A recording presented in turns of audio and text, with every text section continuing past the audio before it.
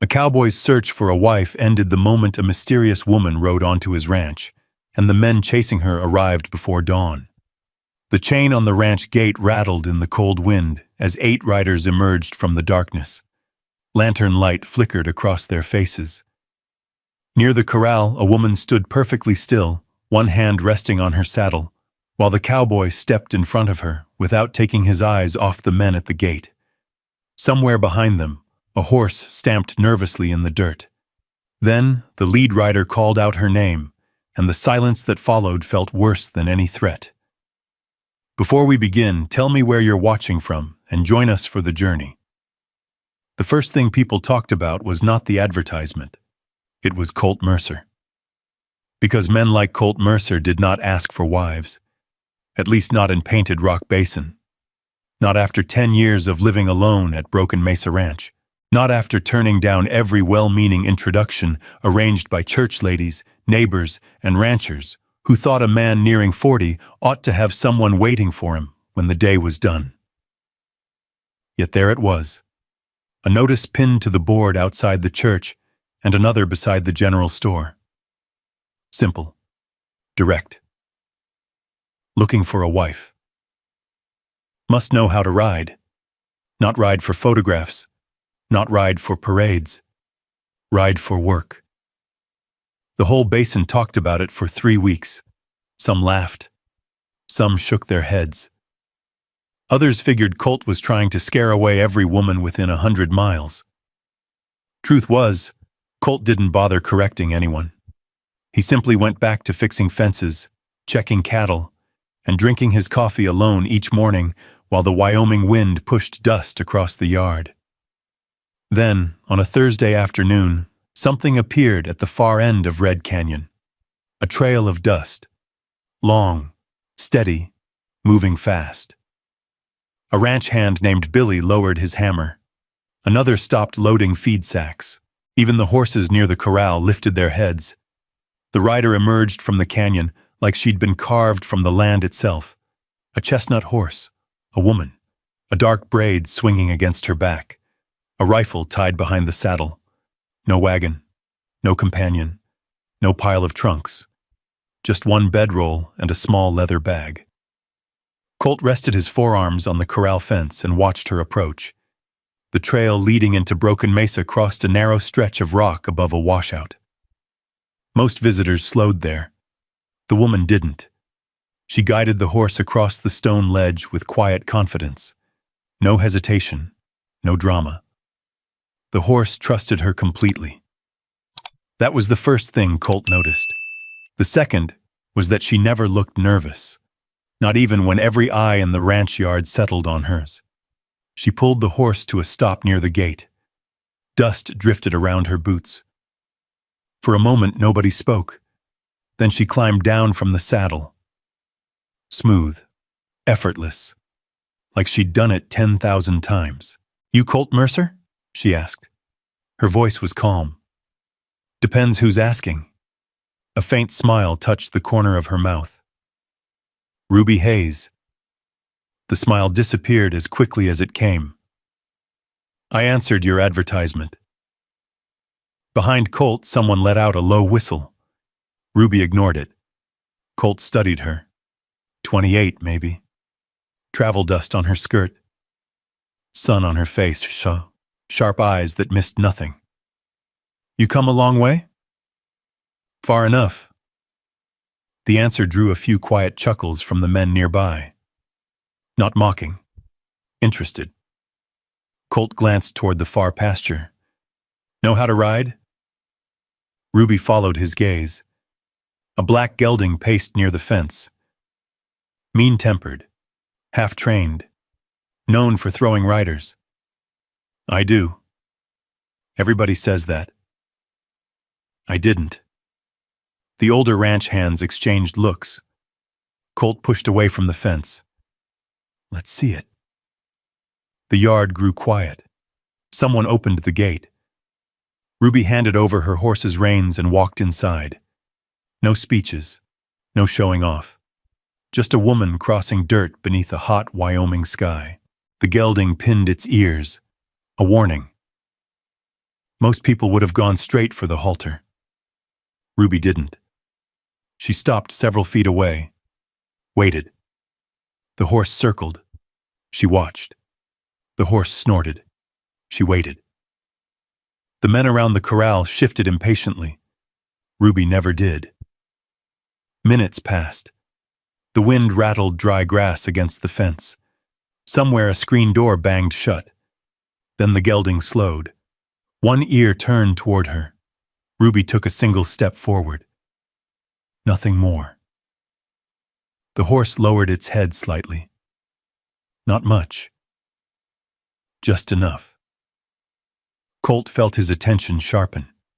She wasn't breaking the animal. She was listening to it. A few moments later, she reached out. Her hand touched the horse's neck. The gelding stood still. The yard fell silent. Then Ruby gathered the reins, placed one boot in the stirrup, and mounted. The horse exploded forward. Dust flew. Several men cursed. Billy took a step toward the fence. Ruby stayed in the saddle. The gelding twisted. She moved with it. It lunged left. She adjusted. It tried again. Nothing. No fight. No panic. Only balance. Only understanding. The horse gradually slowed, then stopped. Ruby guided it into a circle before bringing it back toward the corral gate. The gelding's head hung lower now, calmer. The challenge was over. Ruby swung down. The horse remained standing beside her. One of the older ranch hands laughed softly. "Well, I'll be." Another shook his head. "Haven't seen that before." Colt stepped closer. The afternoon sun threw long shadows across the dirt. "You've done that before." Ruby rested a hand against the horse's neck. "Since I was little." "Where?" Her eyes met his. "Different places." The answer told him almost nothing, yet somehow it felt deliberate. Colt nodded once. "You can stay." No smile crossed Ruby's face, but something eased in her shoulders, only for a second. Then it was gone, as if she'd learned long ago not to trust good news too quickly. The men drifted back to work. The ranch settled into its evening rhythm. Cattle lowed in distant pastures. A wagon rolled down the road toward town. The cook rang the supper bell. And for the first time in years, Broken Mesa Ranch had a guest. That night the temperature dropped fast, the way it always did once the sun disappeared behind the red cliffs. Most of the ranch hands turned in early. Lanterns dimmed. Doors closed. The ranch grew quiet. Near midnight, Billy stepped outside to relieve himself behind the bunkhouse. On his way back, he noticed light beneath the door of the small room Ruby had been given. He frowned. Everyone else was asleep. Curiosity got the better of him. The door wasn't fully shut, just enough for him to see inside. Ruby wasn't sleeping. Not really. She sat on the edge of the bed, boots still on. Her saddle leaned against the door. The rifle rested within arm's reach, and every few moments she looked toward the window, listening, waiting. Billy backed away slowly. A strange feeling settled in his stomach. Nobody slept like that, unless they expected company. The wrong kind. The next morning came cold and gray. Colt was carrying a bucket toward the barn when he saw Ruby at the well. She rolled up her sleeves to draw water. For the first time, he noticed the faint scar circling one wrist. Thin, old, unmistakable. Not from ranch work, not from rope burn earned in ordinary labor. It looked like the mark left by restraints. Ruby sensed him watching. She pulled her sleeve down immediately. Neither spoke. The bucket creaked. Wind moved through the cottonwoods. Somewhere beyond the ranch, Red Canyon stretched toward the horizon. And for the first time since she arrived, Colt Mercer found himself wondering not where Ruby Hayes had come from, but who might still be looking for her. The question stayed with him through the next several days. Not because Ruby gave anyone reason to fear her. Quite the opposite. She worked harder than most men on the ranch. The first frost of autumn appeared one morning along the fence rails. Colt stepped out carrying a tin cup of coffee and found Ruby already in the south pasture. The sun had barely touched the tops of the red cliffs. She was repairing a broken section of fence with a hammer tucked through her belt. No complaints. No wasted motion. Just steady work. By the end of the week, she had earned the respect of nearly every hand at Broken Mesa Ranch. She could spot a loose steer half a mile away. She could read tracks in dry ground. She knew how to calm nervous horses before storms rolled in. Most surprising of all, she never acted like she had something to prove. That was what made people notice. The loud ones usually wanted attention. Ruby never did. One evening, Billy sat beside the cook fire sharpening a pocket knife. "You ever sleep?" he asked. Ruby looked up from mending a torn saddle blanket. "Sometimes." The men laughed. Billy pointed toward the bunkhouse. "You were awake before me this morning. I was awake before you yesterday, too." That earned another round of laughter. Ruby smiled slightly and returned to her stitching. Across the fire, Colt watched the exchange without joining in. He had begun noticing small things. Ruby always sat where she could see the door. Always. In the dining room. In the general store. At the church social on Sunday. Anywhere. She also checked the horizon whenever a rider approached. Not openly. Just a quick glance. A habit. The kind that forms when a person has spent too much time expecting bad news. One afternoon, Colt sent a small crew north toward the Platte River to gather strays that had wandered from the main herd. The sky was bright. The air smelled of dry grass and river mud. Ruby rode with them. So did a 14-year-old ranch boy named Tommy Reed. It happened fast. Tommy's horse stepped wrong near the bank. The boy slid sideways and hit the water. The current wasn't deep, but it was stronger than it looked. The horse panicked. Tommy disappeared beneath the surface for a moment. Several men shouted. Before anyone else moved, Ruby was already off her horse. She dropped her reins, ran down the bank, and stepped straight into the cold river. A few tense seconds passed. Then she emerged holding Tommy by the collar. The boy coughed. Water streamed from his hat. Ruby guided him toward shore. Calm, unhurried, as if rescuing frightened boys from rivers was something she had done before.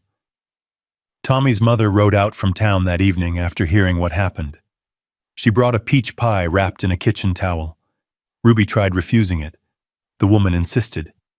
The pie stayed. That was the moment something changed. People stopped seeing her as a stranger. Not completely, but enough. Later that night, the ranch settled into quiet. Stars filled the Wyoming sky. A coyote called somewhere beyond the ridge. Colt sat beside the fire outside the barn with a coffee pot warming near the coals. A second cup rested beside him. Eventually, Ruby appeared. She didn't ask permission. She simply sat down.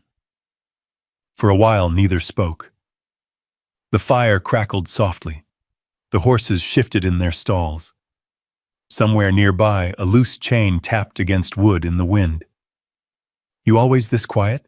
Ruby asked. Colt stared into the flames. "Depends who I'm sitting with." A small smile appeared, gone almost immediately. The silence returned, but it wasn't uncomfortable. It felt easy, like two people sharing the same piece of night. After several minutes, Colt pushed the extra coffee cup toward her. Ruby looked surprised. Just a little. Then she accepted it. The metal cup warmed her hands. "Thank you." He nodded once. Nothing more. Neither seemed interested in filling the quiet with unnecessary words. The next morning, Ruby rode into town for supplies. A sack of flour, lamp oil, coffee beans, a receipt folded neatly into her pocket. Painted rock basin was small enough that everyone noticed newcomers. The mail coach arrived around noon. Dust rolled across Main Street as passengers stepped down. Ruby was standing outside the general store when an older mail carrier climbed off the coach. He squinted, looked again, then froze. For a moment, confusion crossed his face, then recognition. "Miss Dawson?" The words landed like a stone dropped into still water. Ruby went completely still. The color drained from her face. The mail carrier frowned. "Ruby Dawson, isn't it?" She said nothing, not a single word. A second later, she turned and walked away. Fast. Too fast. The mail carrier watched her disappear around the corner. Several townspeople exchanged curious looks. By evening, the story had already begun spreading. When Ruby returned to the ranch, she spoke even less than usual. She unsaddled her horse, fed it, then disappeared into her room. Colt noticed. Everyone did. After supper, he stepped outside. The air smelled like approaching rain. A lantern burned near the kitchen. As he passed the stove room, something caught his attention. A faint smell. Burned paper. He pushed open the door. Inside the small iron stove, among the ashes, something remained. A partially burned sheet. Not enough to destroy everything. Carefully, he pulled it free. The edges were blackened. The center survived. Colt stared at it. A rough sketch. A woman's face. Ruby's face. His jaw tightened. The words beneath had been damaged by fire, but not enough. One line remained visible. Wanted for questioning, the paper trembled slightly in the draft coming through the window. Outside, thunder rolled somewhere beyond the distant hills. And for the first time since Ruby Hayes rode out of Red Canyon, Colt Mercer realized the mystery standing inside his ranch was far bigger than a woman with a false name. Someone had been looking for her. For a very long time. The storm arrived before sunrise. Not a hard storm, just a cold autumn rain that drifted across Painted Rock Basin and turned the roads into dark ribbons of mud. Colt kept the burned notice folded inside the drawer of his desk. He told nobody. Not Billy. Not the cook. Not even the pastor when he stopped by with supplies from town.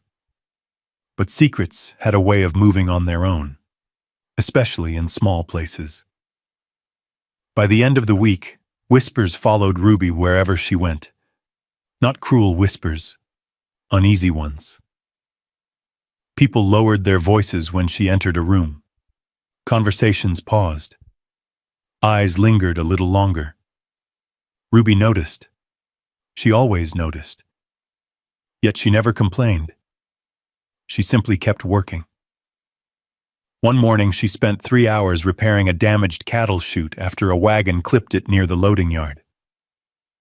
Another afternoon she rode 20 miles with Colt searching for a pair of missing calves. Neither mentioned the notice. Neither mentioned the false name. But silence had changed. It carried weight now. The first real crack came on a Saturday. The general store stood busy with ranchers buying feed, lamp oil, and winter supplies. Ruby was loading flour into her saddlebag when 2 men near the stove glanced her way. One whispered something. The other looked quickly away. That was all. Nothing rude. Nothing direct. Still, Ruby left before finishing her coffee. Colt watched from across the street. Later that evening, he found her sitting alone behind the barn. The sky had cleared. Stars filled the darkness above the red cliffs. Ruby sat on an overturned bucket, cleaning her rifle.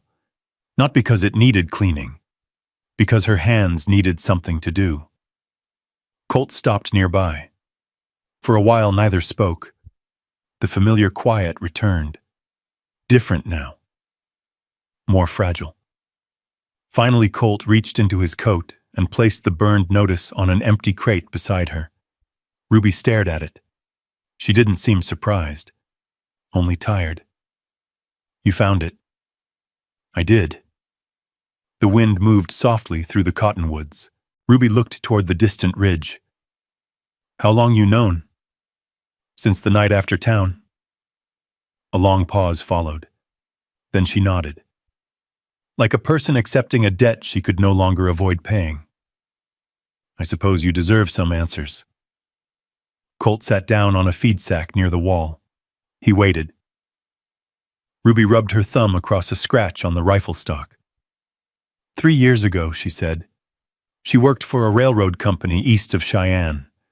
Not as a clerk, not as a secretary, as a bookkeeper. Numbers had always made sense to her. Numbers rarely lied. People did. She spent her days reviewing freight accounts, land purchases, tax records, and contracts. At first, nothing seemed unusual. Then patterns began appearing. Properties changing hands too cheaply. Families disappearing from records. Veterans losing claims they legally owned. Documents altered after signatures were filed. The deeper she looked, the worse it became. A group of powerful landowners had been working together, using pressure, using influence, using connections ordinary people couldn't fight. They took land from people who couldn't afford lawyers, Ruby said quietly. People who trusted the wrong men. Colt listened without interruption. The night remained still around them. A horse shifted inside the stable. Somewhere far away, a coyote called. Ruby continued. One man finally decided to speak publicly. A rancher. Honest. Stubborn. The sort who believed truth should matter. Before he could testify, he died in what newspapers called an accident. The word accident lingered in the air. Neither of them challenged it. Neither believed it. And that's when you left? Colt asked. Ruby nodded. Not immediately. She swallowed. I took copies of records first. The answer explained the notice. The false name. The fear. But not everything. Colt sensed it. There were pieces still missing. Pieces she wasn't ready to share. Days passed. The weather grew colder. The basin prepared for winter. Yet another name began appearing around town. Vernon Pike. People mentioned him quietly. At the barber shop, outside church, near the stockyards. A wealthy landowner, influential, connected. The sort of man who could make problems disappear, or create them. One afternoon, Billy returned from town carrying a sack of nails. There's a fellow asking questions, he told Colt. What kind? The kind that ain't friendly. Billy lowered his voice. He asked about Ruby. That night, Colt found Ruby near the horse pasture. She stood watching the sunset paint the cliffs deep orange and gold. You know a man named Vernon Pike? The question hung between them. Ruby's shoulders stiffened, only slightly. Enough. She did not answer immediately.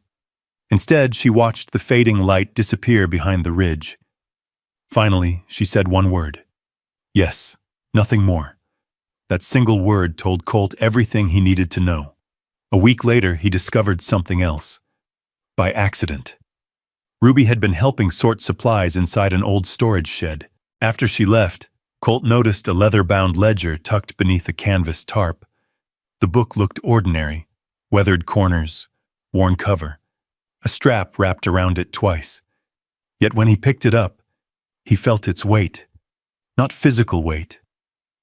Importance.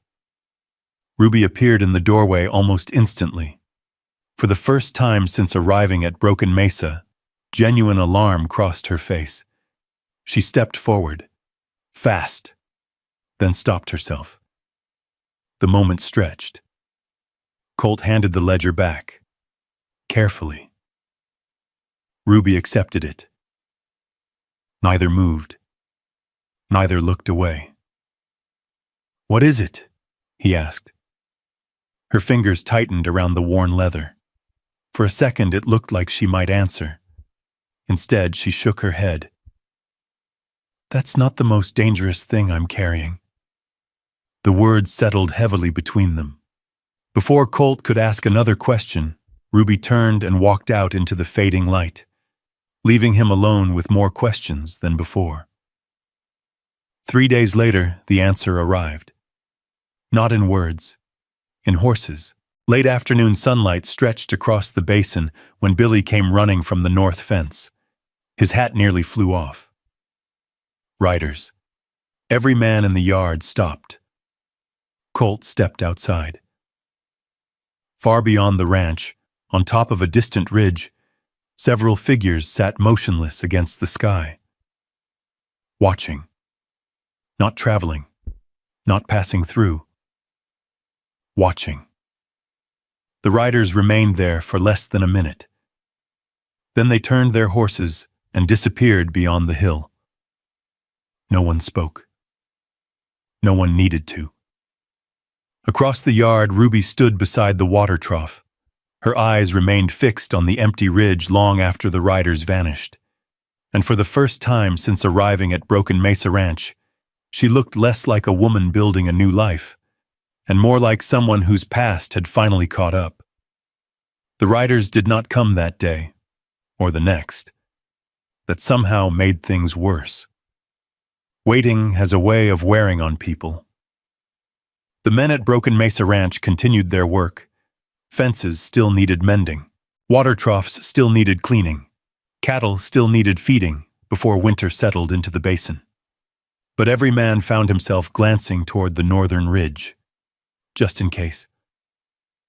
Ruby worked harder than anyone, as if motion could keep old memories from catching her. Colt noticed she slept even less now. The lantern in her room often burned long after midnight. One evening he found her sitting on the porch outside the bunkhouse. No rifle, no ledger, just a tin cup of coffee cooling in her hands.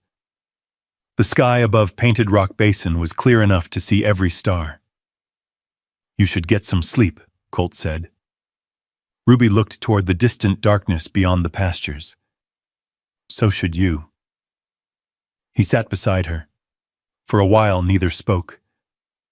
The silence felt familiar now, like something neither of them needed to fill. Finally, Ruby said quietly, "If things go bad, you should send me away." Colt stared ahead. "No." "You haven't even heard the rest." "No." That answer hung between them. Simple. Solid. Ruby looked down at her cup. For the first time since arriving, she seemed unsure what to do with kindness. 3 nights later, the waiting ended. A little after midnight, the ranch dogs started barking. Not playful barking. Warning barking. Billy was the first one out of bed. By the time Colt stepped onto the porch, lanterns were already lighting up across the yard. The wind had turned cold. Clouds covered the moon. Then came the sound.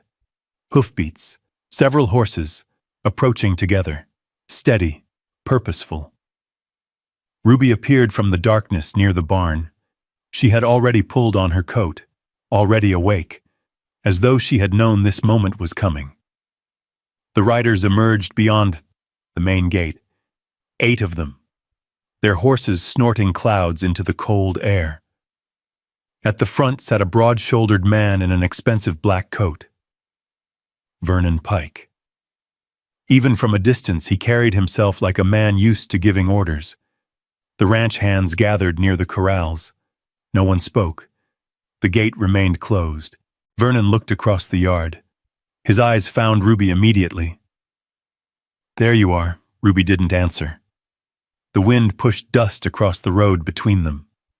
Vernon rested one hand on his saddle horn. "We've been looking a long time." Still, Ruby said nothing. Colt stepped forward. "State your business." Vernon glanced at him, then smiled. Not warmly. "I'm here for the woman." The words settled heavily over the ranch. Several men exchanged uneasy looks. Vernon continued, "Hand her over and we'll be on our way." One of the younger ranch hands shifted nervously. Another looked toward Ruby. Fear moved quietly through the group. Not because they were cowards, because none of them truly understood what they were standing in the middle of. Ruby took a breath, then stepped forward. No. Every eye turned toward her. She moved past Colt, past the gate, not close enough to reach the riders, but close enough to face them herself. "You shouldn't have come here," Vernon said. Ruby's expression remained calm. "Neither should you." The cold wind rattled the chain on the gate. Vernon's patience began to thin. "You've caused enough trouble." Ruby laughed softly. The sound surprised everyone, including Colt. "That's interesting," she said. "Coming from you." For a moment Vernon said nothing. Then his voice hardened. "You have something that belongs to me." Ruby shook her head. "No. It belongs to families you stole from." A murmur passed through the ranch hands. The pieces were beginning to fit together. Colt watched her closely. She had carried this weight alone for years. Now she was finally putting it into words. Vernon's jaw tightened. "You're telling stories." "No." Ruby's voice remained steady. "My father tried telling the truth." The yard fell silent. Even the horses seemed still. For the first time that night, genuine emotion crossed her face. Small, controlled. But there. He refused to sell his land. She swallowed. He refused to sign false papers. The wind tugged at her coat. And then he died. No one moved. No one interrupted. Ruby continued. "The newspapers called it an accident." Vernon looked away briefly. "That was enough. Everyone saw it." "He wasn't a stranger," Ruby said. "He was my father." The words landed harder than any shout. Billy lowered his eyes. One of the older ranch hands removed his hat. Suddenly, the years of running made sense. The false names, the sleepless nights, the rifle beside her bed. Everything. Vernon shifted in his saddle. "You can't prove any of that." Ruby looked at him, then smiled. A small smile. The kind that made Colt uneasy, because it meant she knew something. Vernon saw it too. His confidence slipped. Only slightly. But enough. Then Colt stepped forward. He moved until he stood beside her. Not behind her. Beside her. The gesture was simple, yet everyone understood it. Vernon certainly did. "This doesn't concern you, Mercer." "It does now." The answer came without hesitation. Ruby looked at Colt. For a brief second, the hard walls she'd carried around herself seemed to crack. Not much. Just enough. Vernon's expression darkened. "You don't know what you're protecting." "Maybe not." Colt's voice stayed calm. "But I know who I'm standing beside." Silence followed. Heavy. Meaningful. The ranch hands slowly moved closer together. Not aggressive. Not threatening. Just united. Vernon looked around and realized the situation had changed. This was no longer one woman alone. Then he laughed. A short, ugly sound. If she dies, every piece of evidence dies with her. Several men stiffened. Vernon leaned forward. "That's the truth she never told you." The cold air seemed to freeze in place. Then Ruby smiled again. This time wider. Certain. Almost relieved. "You came all this way for that?" Vernon frowned. Ruby met his eyes. and said the words that finally made color leave his face. "You're too late." For the first time all night, Vernon looked worried. Before anyone could speak, a new sound echoed across the darkness. Another rider, coming fast. Very fast. The horse burst from the southern road covered in sweat. The rider pulled hard on the reins near the gate. His chest heaved. His hat nearly fell off. "I came from town." Every head turned. The man looked directly at Vernon Pike, and whatever he carried had already turned the night upside down, because Vernon suddenly looked like a man who knew exactly what news was coming, and knew he wasn't going to like it. The rider nearly fell from his horse. The animal's sides heaved in the cold night air. Foam clung to the leather bridle. It had been ridden hard, every eye in the ranch yard fixed on him. The young messenger pulled a folded document from inside his coat. "From Cheyenne," he said between breaths. The word alone changed the air. Vernon's jaw tightened. The messenger continued. "Federal offices received the records. For the first time all night, no one moved. Not Vernon, not Ruby, not even Colt." The young man unfolded the paper and held it toward the lantern light. "The investigation has been opened." Silence spread across Broken Mesa Ranch. A long silence, the kind that settles after years of waiting. Ruby closed her eyes briefly, just once, as if she had finally allowed herself a single breath she had been holding for 3 years. Vernon stared at her, then at the paper, then back again. "What records?" one of the ranch hands asked. Ruby looked toward him. "The copies."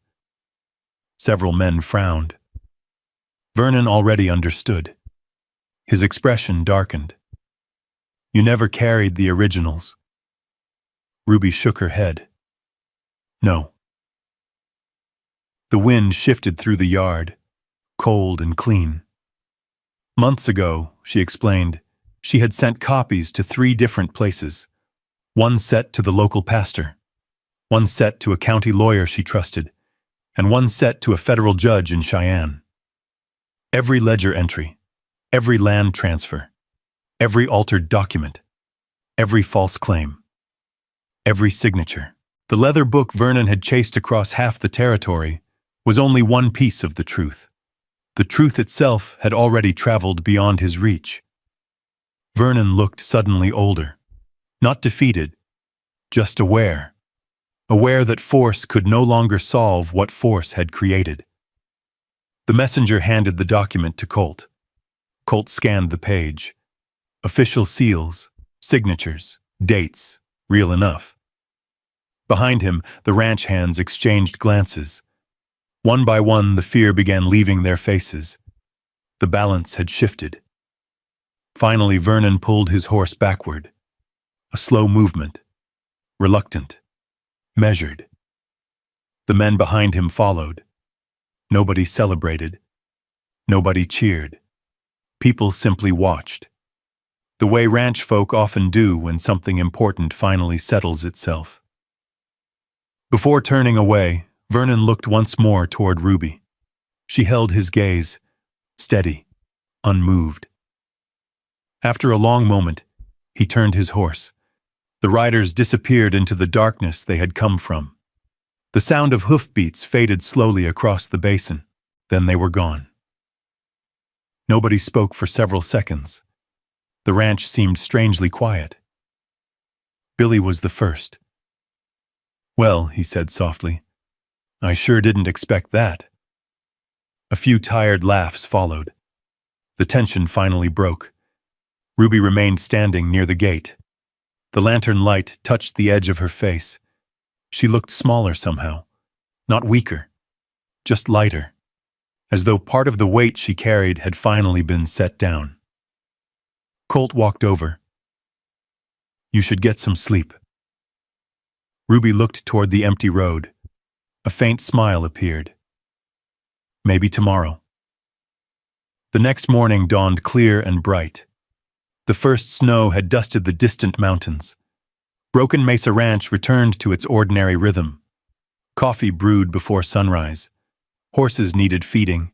Fence posts needed replacing. Life moved forward. Word traveled quickly through Painted Rock Basin.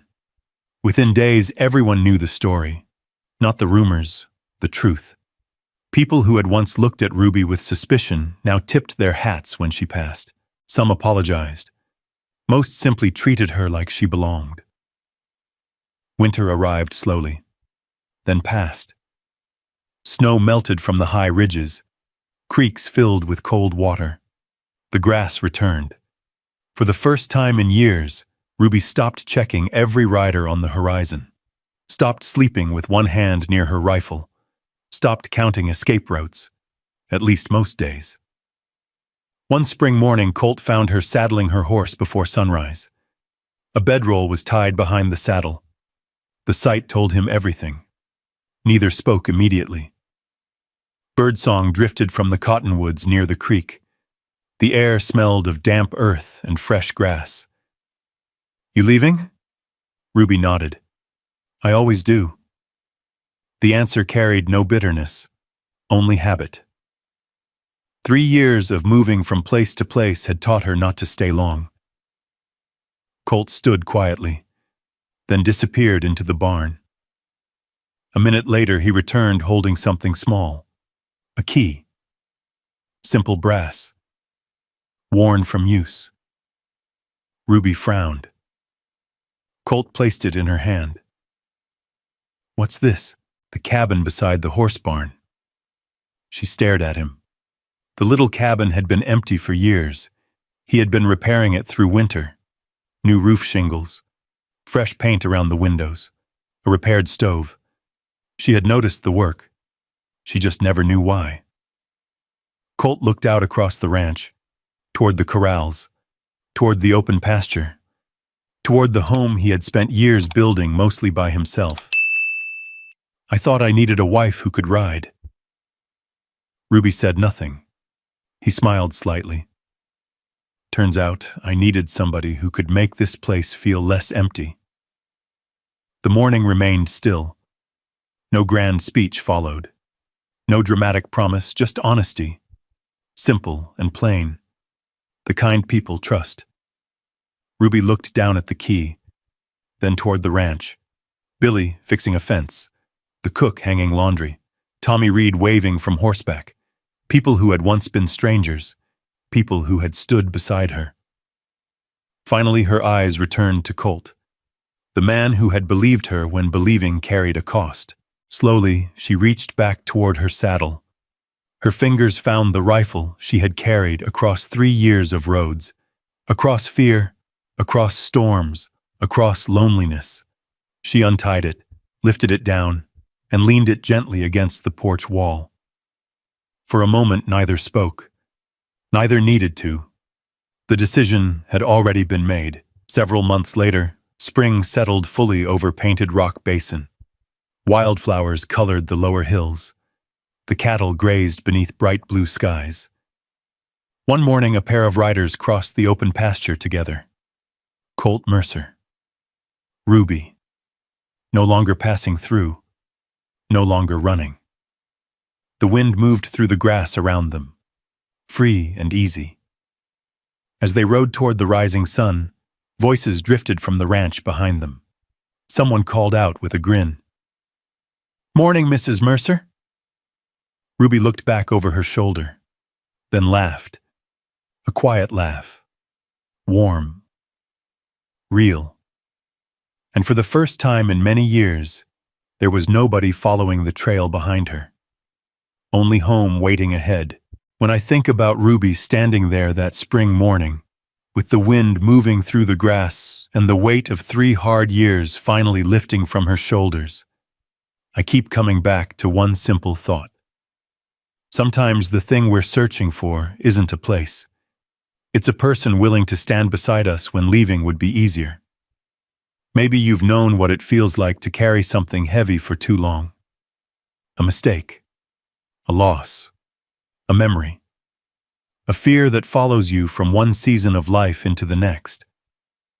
Maybe you've spent years looking over your shoulder, wondering if you'll ever be able to stop running and simply rest. And maybe that's why this story stays with us. Because deep down, most of us aren't hoping for a perfect life. We're hoping for what Ruby found, a second chance, a place where we're seen for who we are, not for what we've been through, a place where trust grows slowly, quietly, until one day it feels like home. If this story meant something to you, I'd love to know what moment stayed with you the most. Share it in the comments. And if you enjoy stories about courage, healing, unexpected love, and the people who help us find our way back to ourselves, I hope you'll stay a little longer. There are many more journeys waiting just down the trail, and I'd be honored to share them with you in the next story.